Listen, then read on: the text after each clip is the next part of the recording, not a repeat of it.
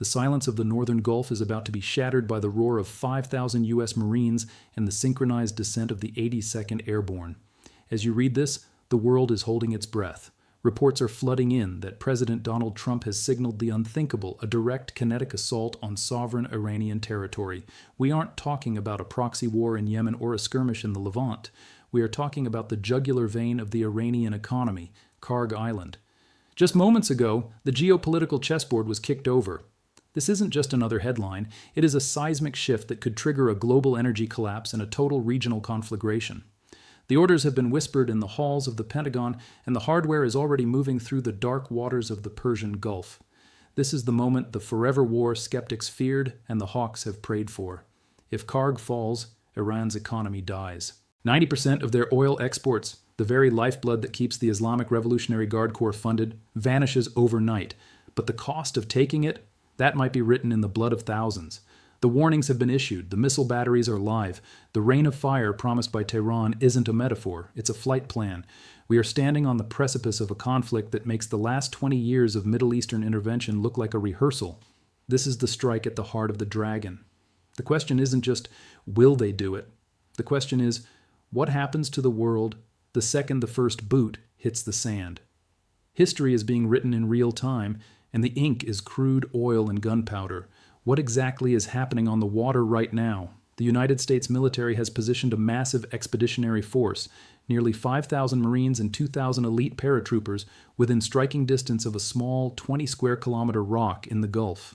This isn't a training exercise, this is an invasion force. Kharg Island is the ultimate prize. It is a natural fortress that acts as the world's most consequential gas station. Because its surrounding waters are deep enough to accommodate very large crude carriers, monsters of the sea that hold 2 million barrels of oil, it is the only place Iran can effectively ship its wealth to the global market. By targeting Kharg, the Trump administration isn't just seeking a tactical victory, they are attempting a total economic decapitation. The framing is clear. Washington is demanding that Iran relinquish its chokehold on the Strait of Hormuz. For weeks, Iran has been squeezing the world's busiest oil shipping lane, reportedly extorting tankers for up to $2 million per crossing. The tension is explosive because this is no longer a shadow war. On March 13th, the U.S. already signaled its intent by vaporizing 90 military targets on the island, purposefully sparing the oil infrastructure, a final warning that was clearly ignored. Now, the kid gloves are off. The deployment of the 82nd Airborne suggests a nighttime vertical envelopment, while the Marines prepare for a beach landing that would rival the intensity of the Pacific Theater. It is a power struggle between an aging superpower trying to reassert dominance and a regional revolutionary power that believes it has nothing left to lose. To understand why we are at the brink of total war on Kharg Island, you have to look back at the decades of scars this island carries. This isn't the first time Kharg has been in the crosshairs. During the brutal Iran-Iraq War of the 1980s, Saddam Hussein's Air Force turned this island into a graveyard of twisted metal and burning crude. Iran learned then that without Kharg, they are a hermit kingdom with no pulse. They have spent the last 40 years turning this 7.7 square mile rock into a literal fortress. This isn't just a dock, it's a bristling porcupine of surface-to-air missiles, hardened bunkers, and underground sensors. For months, the escalation pattern has been predictable yet terrifying.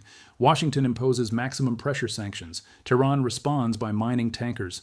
Washington sends a carrier strike group. Tehran threatens to close the Strait of Hormuz. But this time, the pattern broke.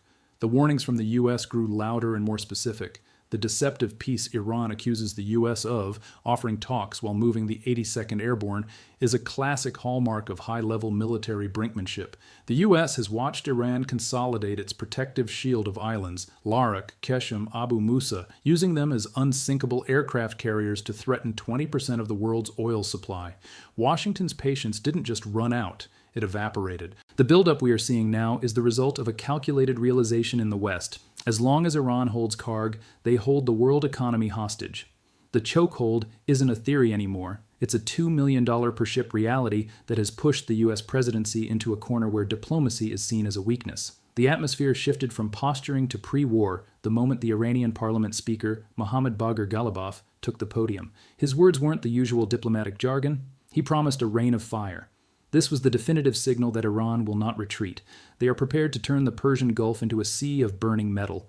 Inside the Oval Office, the rhetoric has been equally sharp. Trump's move to authorize the movement of thousands of Marines isn't just a bluff. It's a logistical nightmare to reverse. The turning point is the decision to move from targeted strikes to ground seizure. This is a massive shift in doctrine. A ground invasion of Iranian territory is the red line that has been avoided for nearly half a century. Imagine the scene. Midnight over the Gulf. The Ospreys are warming up on the decks of the amphibious assault ships. The paratroopers of the 82nd are checking their chutes, knowing they are about to drop into one of the most heavily defended pieces of land on Earth. The move is designed to force Iran to blink, to make them choose between their oil terminal and their survival. But the pacing of this conflict suggests a terrifying reality.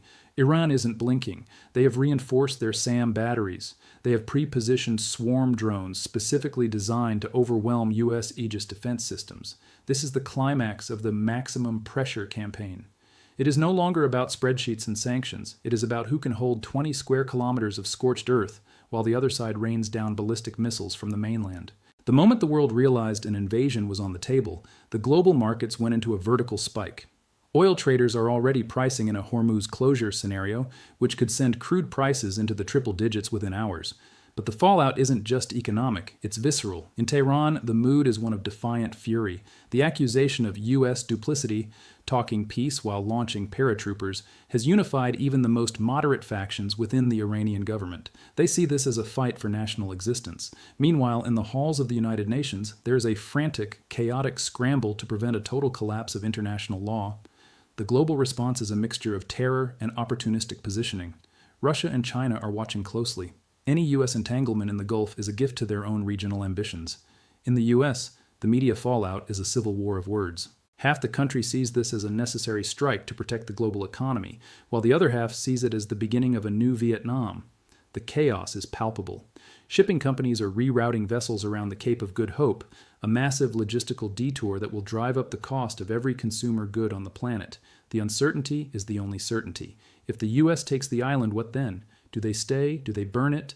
The world is waiting for the first explosion, knowing that once it happens, there is no undo button for the global order. In every war, there are winners and losers. If the U.S. successfully seizes Kharg, the immediate loser is the Iranian regime. Their ability to project power via their oil shield evaporates. They become a landlocked power with a bankrupt military. The IRGC, stripped of its funding, could face internal collapse. But look closer at the power shift. Who gains? The United Arab Emirates and Saudi Arabia would see a massive shift in regional hegemony. The disputed islands of Abu Musa and the Tumbs could be the next to fall. This would represent a total Western takeover of the world's most vital energy corridor. However, the loss side of the ledger is devastating for the U.S. long term. Even a successful seizure of Kharg Island presents a Snake Island problem. Like the Ukrainians did to the Russians on that tiny Black Sea rock, the Iranians can harass U.S. forces on Kharg from the mainland indefinitely. They can use cheap drones and short-range missiles to make the island a meat grinder for U.S. personnel. The long-term change is the end of the global commons.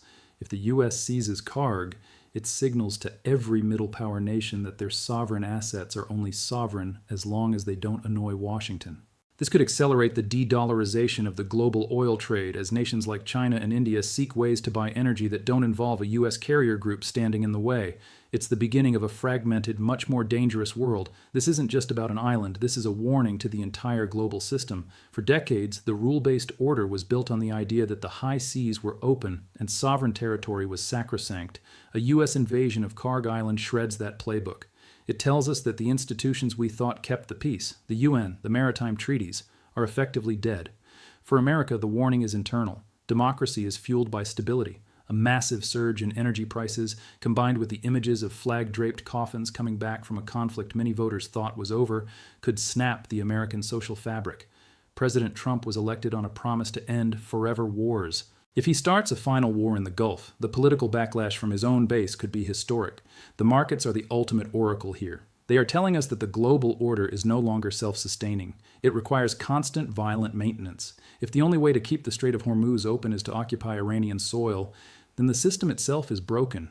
We are moving into an era of geopolitical Darwinism, where the strongest doesn't just set the rules, they seize the assets. The precedent set by Kharg will be used by other powers in the South China Sea, in Eastern Europe, and beyond. This is the sound of the old world cracking open. As the sun sets over the northern Gulf, the shadows of U.S. warships grow long across the water. Kharg Island sits there, silent for now, a 20 square kilometer fuse attached to a global powder keg. The Marines are ready. The paratroopers are waiting for the green light, and in the bunkers of Tehran, the fingers are on the triggers. President Trump has said he is in serious discussions that could end military operations. But in the world of high-stakes power, discussions are often just the music played before the cannons fire. Is this a brilliant art of the deal bluff to force Iran to the table? Or is it the opening chapter of a tragedy that will define the 21st century? We are watching a story that has no clean ending. Even if a deal is struck tomorrow, the ghost of this invasion will haunt the Gulf for a generation. The world now knows exactly how far Washington is willing to go and exactly how much the Iranians are willing to risk. This story isn't over. In many ways, it's just beginning. The next 24 hours could change the map of the world forever. If you want to stay ahead of the curve as this situation develops, keep your eyes on the horizon. The Reign of Fire or the Great Deal, one of them is coming. What do you think? Is a seizure of Kharg Island a masterstroke of deterrence or the ultimate geopolitical blunder? The comments are open. Let's discuss the future of the Gulf. Stay tuned. The world is watching.